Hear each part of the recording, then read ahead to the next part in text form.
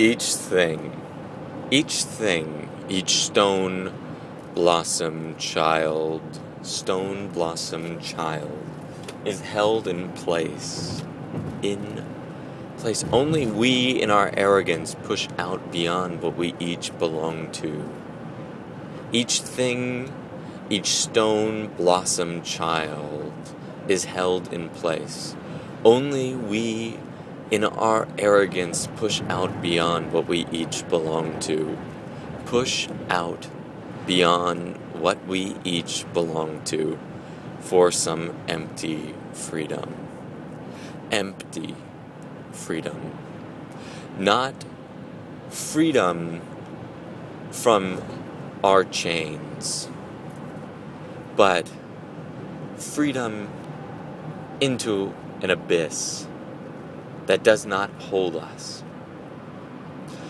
Now, there's an interesting idea that I played with a few years back, and it's the difference between Spartacans and Spartans. So the Spartans were an elite race of Greeks. I guess they wouldn't necessarily be considered Greek, but we'll call them Greek, who were trained to be warriors from their very birth. The story that latches onto my mind is the story of the little boy who caught a fox and entered into the lineup, only to be eaten alive from the inside out, collapsing over in line without even making a squint on his face. That story to me is a testament to their strength, their grit, their perseverance, and really also an inspiration. Now, one thing interesting about the Spartans is, I don't think that it was King Leonidas, but it was one of their kings, believed that what made them so great and better than the Athenians is that they allowed no freedom in their lives. Everything was regimented. Everything was worked out. Everything was scientific, cold, and calculated. Whereas, on the other hand, right, I think about the Spartacans, right? The Spartacans comes from Spartacus. Right? Spartacus was the gladiator who escaped his fate and rose with the other gladiators to freedom, to overturn their impoverished slave condition.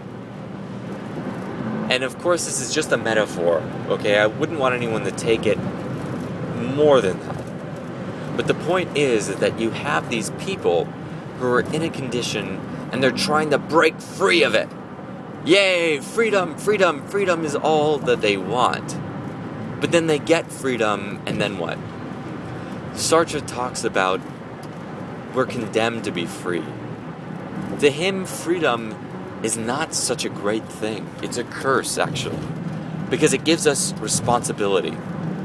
Since we have choice in everything that we do, and since we can quite literally do anything, this is a crippling prospect for us.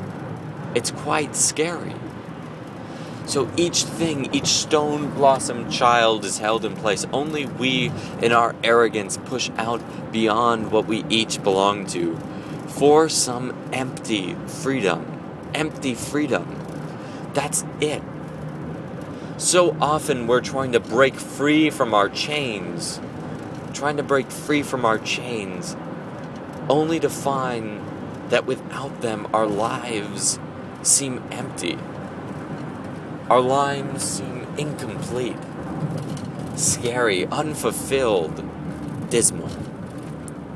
And that was the wisdom of the Spartans. That they were happy in their chains. And we could talk about Dostoevsky's Grand Inquisitor. The Grand Inquisitor meets with Jesus and says, "Look, Jesus, everything is so much better now. So much better now that you're not here. We're uniting people. We finally have everyone together. So I'm sorry, I must kill you. We must get rid of you so that people can finally be happy." And of course, he lets Jesus go back into the world. He doesn't kill Jesus. He doesn't sacrifice him. And with that, he relents that, well, although people would be happier in these chains and in these bonds, maybe that's not someone else's choice to make for them.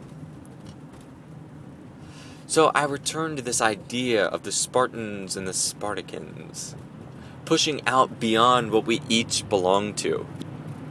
So what do we belong to? How are we held in place? Each thing, each stone blossom child is held in place. So this time in my life when I first read this, it came as a revelation to me. It's from Rilke's Book of Hours. A very beautiful, beautiful, heartfelt book by a serious spirit guide in my life. A real spirit guide. I commiserate with him frequently. Each thing, each stone blossom child is held in place. Only we in our arrogance. Arrogance. Do you see that? Arrogance. We think to ourselves like little children, oh, I want this. I want it. And then we get it. And we find that it's not really what we wanted in the first place. I mean, Camus called it metaphysical rebellion. To rebel just for the sake of rebelling.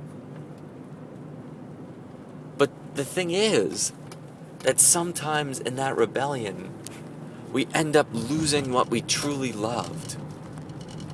And sometimes only in form and structure can we find freedom. And this is an interesting idea, and it's one that I've debated a lot. And it's one that I have no firm commitment to either way. I'm not firmly committed to saying that, oh, those who seek for freedom in all things are really just confused. No, that's not necessarily true. I'm just saying that sometimes we try to break free from chains that are actually holding us in a good place, in a place that we want to be in, without which we would float away. And floating away means not floating away from our problems, but floating away from the very things that keep us grounded to our happiness, to the world, to our relations, that provide the very means for us to enjoy our lives. Each thing, each stone blossom child is held in place.